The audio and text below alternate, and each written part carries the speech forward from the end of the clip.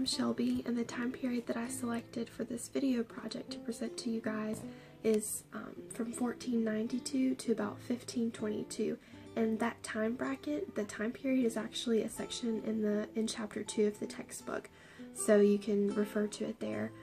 But a brief description of this time period can probably be summed up in a collection of 3 words that we've probably all been introduced to or memorized at one point, and that is God, Guts, and Glory, or God, Gold, and Glory. And there's also a parody, which is God, Greed, and Glory. And the reason for that being is these European settlers were going all over the world. You know, they had the guts, they were being courageous and brave to go on these expeditions that no one else had, you know, done before, and they're going out on a boat for months at a time, not knowing when they're gonna hit land. So you gotta have guts. You get glory because you're the first person who put your foot here or put your foot there, and so it was all about getting that glory and, you know, bringing some fame to your country. And, you know, the more colonies you had, the greater your influence was.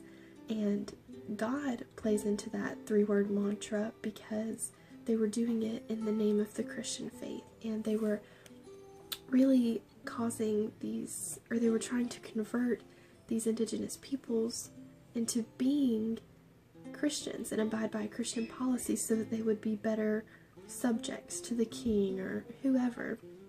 So that was pretty much what was going on during this time period. And to apply this time period to my life and how it would have impacted my family, I'll go ahead and give you a description of my family.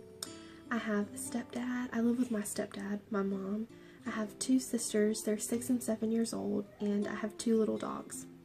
So firstly, to make the shortest example would be my dad goes on the expedition, and my family stays in Europe. You know, England, Spain, France, any country there, the Netherlands. So the men were the ones who went on these expeditions. So in that respect, my family would have probably been separated. We'd probably be waiting on letters from him, telling us about, you know, the land he finally found and, you know, what it's like there.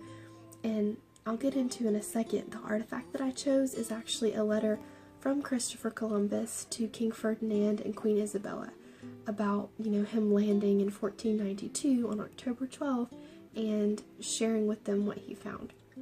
But I'll get into that in a few minutes.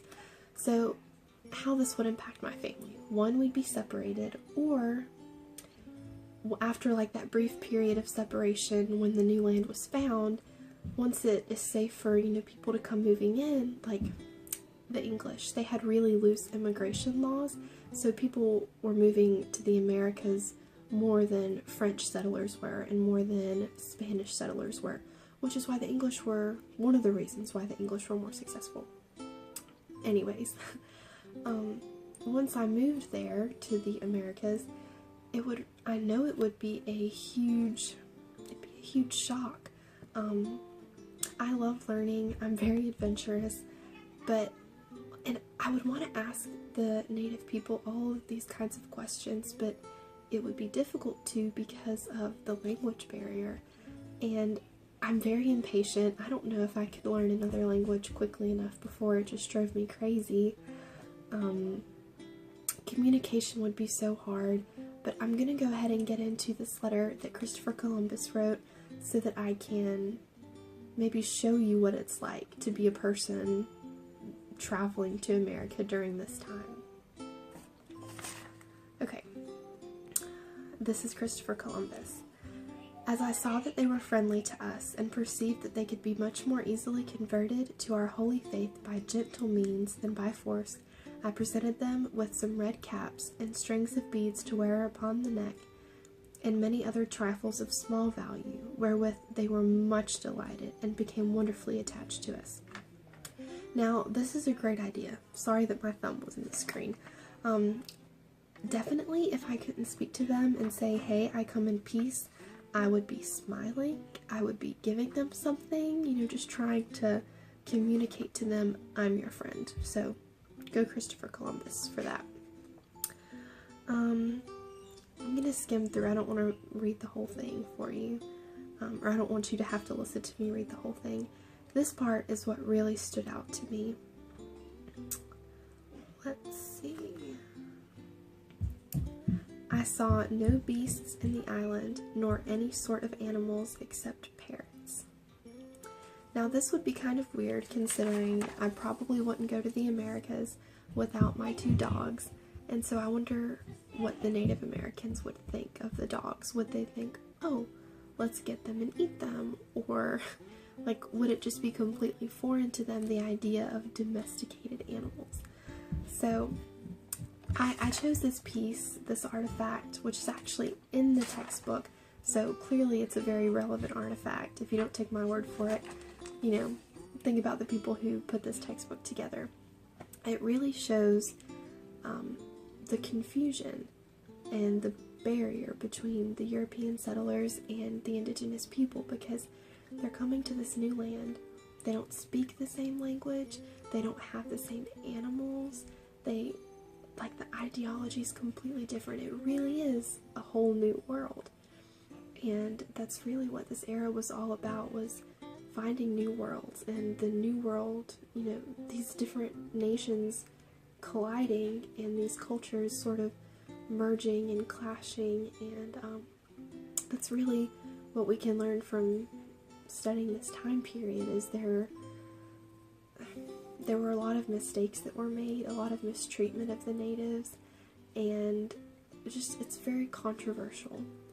But I think this artifact is very relevant because you'll notice in the first line, Christopher Columbus says, they could be much more easily converted to our holy faith by gentle means than by force. And that kind of raises the question, this Christian faith that motivated these settlers, would it agree with converting people by force? Because that sort of goes against the loving nature of the Christian religion, or the motive of being a Christian. One of the fundamental characteristics of Christianhood, I guess. And Christopher Columbus says, they have no iron, their javelins being without it, and nothing more than sticks, though some have fish bones or other things at the end. They are of a good size and stature, and handsomely formed. Which makes sense, because in America, not in America, oh my gosh, what am I saying?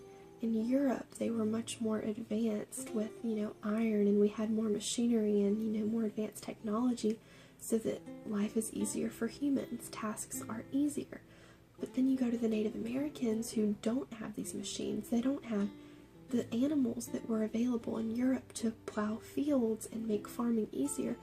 So the Native Americans had to do a lot of this by themselves. So no wonder they were very physically fit, because they did more.